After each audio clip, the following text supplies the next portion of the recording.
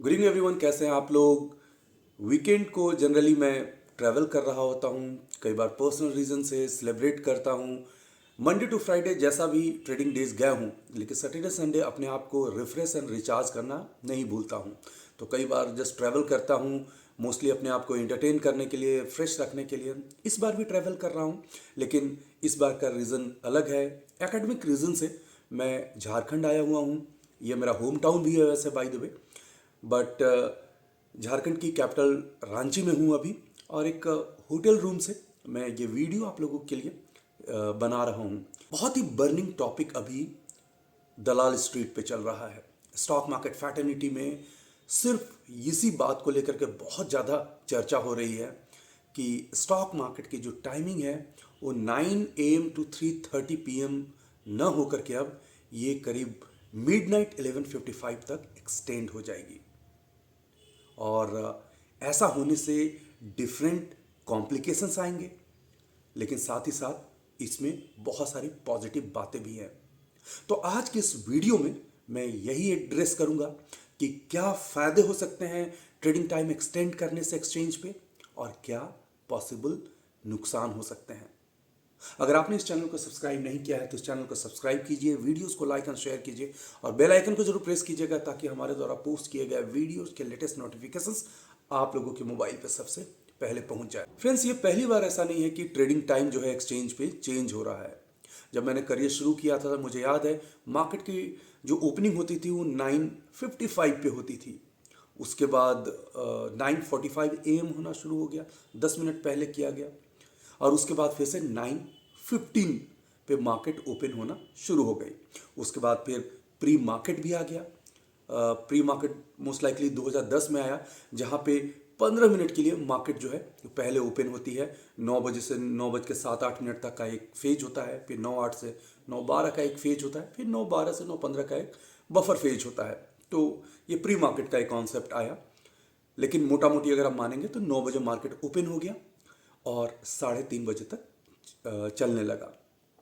लेकिन across the globe आप देखेंगे तो बहुत सारे ऐसे मार्केट्स हैं जिसकी टाइमिंग जो है 16-16.5 घंटा भी है, और हम लोग तो करीब मोटा मोटी 6-6.5 घंटा ही ट्रेड कर रहे होते थे। लेकिन अब जब से ये बात हुआ है कि 11:55 तक ट्रेडिंग हो जाएगी, तो क्या फ़ायदा और नुकसान हो सकते हैं। सबसे पहले बात करते हैं पॉजिटिव्स को लेकर के। मैं पॉजिटिव पॉइंट्स ये एड्रेस इसलिए कर रहा हूँ कि इंस्टाग्राम हो, ट्विटर हो, बहुत जगह पे मैंने लोगों को इसके बारे में नेगेटिव पॉइंट्स ही डिस्कस करते हुए देखा है। तो मैं सोच रहा हूँ कि मैं थोड़ा सा इसमें अगेंस्ट जा करके कुछ पॉजिटिव बातें करता हूँ, एंड ऑफकोर्स जो डिमेरिट्स है उनको भी एड्रेस करूँगा। तो पॉजिटिव बात सबसे पहले ये है कि मार्केट हमारा 6-6.5 घंटा का था। उसके कारण क्या होता था कि 3:30 बजे तो हमारी मार्केट बंद हो जाती थी, लेकिन उसके बाद 6-7 बजे यूएस मार्केट में डिफरेंट डेटा आना शुरू हो जाते हैं, और साथ ही साथ 8 बजे यूएस मार्केट जो वहाँ पे न्यूयॉर्क स्टॉक एक्सचेंज है और नैस्डैक है वो ओपन होने लगते हैं। तो ओवरनाइट बहुत सारे ऐसे यूएस में डिफरेंट इकोनॉमिक इवेंट होते हैं या डिफरेंट डेटा जैसा आते हैं, जिसके कारण नेक्स्ट डे इंडियन मार्केट पे एक डिफरेंट इफेक्ट डालता है और गैप अप और गैप डाउन देखने को मिलता है, जिसके कारण बहुत सारे ट्रेडर्स जो हैं वो अच्छा खासा ट्रेडिंग पोजीशन बनाने के बावजूद, इंडियन मार्केट को अच्छा रीड करने के बावजूद अगला दिन बहुत ज़्यादा लॉस कर लेते हैं। और पिछले अपने कई महीनों में गैप अप और गैप डाउन देखा था। बहुत सारे लोगों के साथ दिक्कत ये होता है कि अपने ट्रेड को ही मैनेज नहीं कर पाते हैं। कोई स्टॉक में अगर उन्होंने 10% का या 5% का उन्होंने रिस्क लिया है, तो अगला दिन वो स्टॉक कई बार गैप डाउन होने के कारण अच्छा खासा नीचे खुल जाता है, 10% नीचे खुल गया तो स्टॉप लॉस भी हिट नहीं हुआ और ज़्यादा नीचे चला गया। तो गैप अप और गैप डाउन के कारण बहुत ज़्यादा रिटेलर्स को लॉस हुए हैं। तो कहीं ना कहीं अगर ये टाइम 11:55 किया जाएगा तो ये गैप अप और गैप डाउन से बच जाएंगे, क्योंकि लाइव मार्केट में यूएस के जो भी डेटा आ रहे होंगे मार्केट उसको रिएक्ट कर रहा होगा, डाइजेस्ट कर रहा होगा। मोस्ट लाइकली 11:55 आते आते बहुत सारे ऐसे इंपॉर्टेंट डेटाज होंगे यूएस मार्केट के, ग्लोबल मार्केट के, जो कि इंडियन मार्केट भी उसको ऑब्जर्व कर रहा होगा, और चूंकि मार्केट ओपन होगा और उसी के कारण डिमांड एंड सप्लाई क्रिएट हो रहा होगा और मार्केट उसे डाइजेस्ट कर जाएगी। तो गैप अप और गैप डाउन की समस्या जो है वो खत्म हो सकती है। दूसरा सबसे बड़ा प्रॉब्लम है टेक्निकल एनालिसिस को लेकर के। जनरली टेक्निकल एनालिसिस एक ऐसी स्टडी है, बेसिकली हम चार्ट रीडिंग करते हैं, ग्राफ रीडिंग करते हैं, और वर्ल्ड वाइड इस पर्टिकुलर एनालिसिस का यूज किया जाता है स्टॉक मार्केट के प्राइस को प्रेडिक्ट करने के लिए। इंडियन मार्केट में भी टेक्निकल एनालिसिस का बहुत ज़्यादा यूज किया जाता है। मैं खुद प्रोफेशनली टेक्निकल एनालिसिस बहुत ज़्यादा यूज करता हूँ स्टॉक मार्केट में ट्रेडिंग्स के लिए। लेकिन कई बार क्या होता है कि 3-3:30 बजे तक जो भी हम चार्ट पे देख रहे होते हैं, जो भी हम पैटर्न देख रहे होते हैं, उसके अकॉर्डिंग हम अपनी पोजीशंस कई बार ले करके जाते हैं, और यूएस मार्केट रात में कुछ और दिखा जाता है, कुछ और वहाँ पे डेटा आ रहे होते हैं, तो जो भी चार्ट स्ट्रक्चर बना हुआ रहता है वो अगला दिन डिस्टॉर्ट हो जाता है। तो टेक्निकल एनालिसिस की थोड़ी यहाँ पे लिमिटेशंस हो जाती है। अगर यही मार्केट 11:55 तक रात तक होगा तो ज़्यादा कॉन्टिन्यूअस डेटा मिल रहा होगा और उसके अकॉर्डिंग चार्ट बन रहा होगा, और उस पर चार्ट पैटर्न या डिफरेंट एक्टिविटी करना थोड़ा ज़्यादा आसान होगा। और अगला दिन मॉर्निंग में जब मार्केट फिर से ओपन होगी तो बहुत ज़्यादा वेरिएशन देखने को नहीं मिलेगा, और जितना कम वेरिएशंस और जितना कम gap up and gap down आपको देखने को मिलेगा चार्ट पे, वो उतना अच्छा जनरली होता है। तो इसीलिए मेरा ये मानना है कि टेक्निकल एनालिस्ट के लिए भी ट्रेडिंग टाइम का ज़्यादा होना काफ़ी बेहतर है।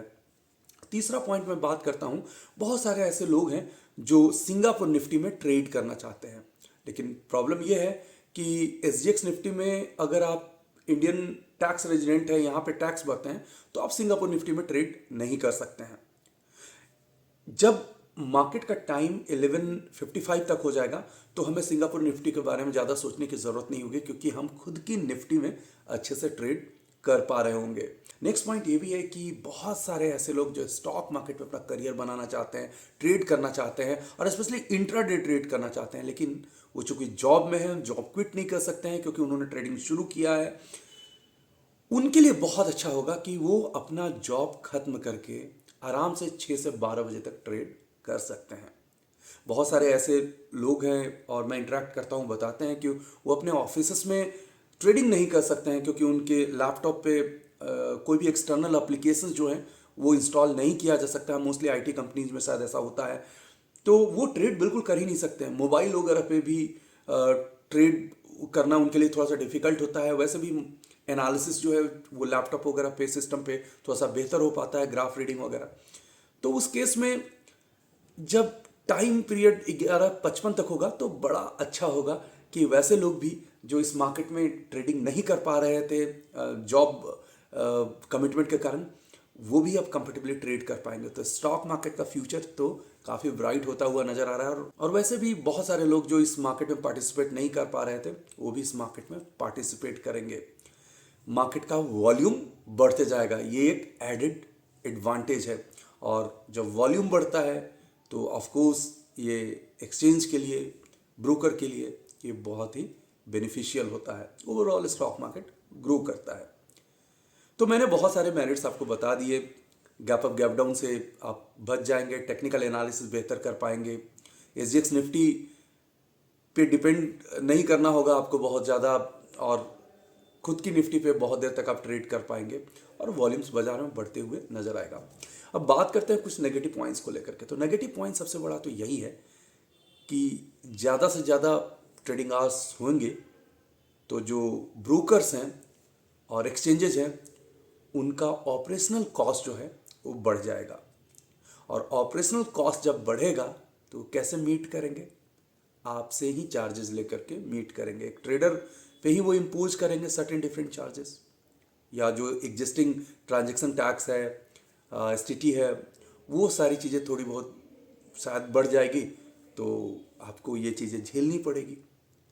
दूसरा सबसे बड़ा बात है कि बहुत सारे वुमेन एम्प्लॉयज होते हैं, उनको इवनिंग शिफ्ट में कंटिन्यू करने में थोड़ी सी दिक्कत हो जाती है कई बार, तो वो एक बहुत बड़ा कंसर्न होगा कि जो फीमेल एम्प्लॉय हैं उनको कैसे एड्रेस करें। साथ ही साथ इंफ्रास्ट्रक्चरल कॉस्ट जो है वो भी बहुत सारे जो ब्रोकर्स हैं उनका बढ़ता हुआ नज़र आएगा, क्योंकि टाइम ज़्यादा हो रहा है तो एक्स्ट्रा और एडिशनल पर्सनल उनको हायर करने होंगे, और उसके कारण उन पे बर्डन जरूर बढ़ता हुआ नजर आएगा। बट मुझे ऐसा लगता है कि इस बार सेबी पूरी तरीके से डिटरमाइंड है ट्रेडिंग टाइम को एक्सटेंड करने के लिए। जापान एक ऐसा कंट्री है जहाँ पे लंच ब्रेक स्टॉक मार्केट में मिलता है। आई होप कि अगर इंडियन मार्केट में भी लंच ब्रेक मिलने लगे तो काफ़ी बेहतर होगा। थोड़ा सा ऐसा लगता है कि 6 घंटे की ट्रेडिंग जब होती थी उसमें ही एंजाइटी कई बार कई लोगों का इतना हाई होता है कि 3:30 बजे मार्केट बंद होता है तो वो कम से कम रिलैक्स हो जाते हैं।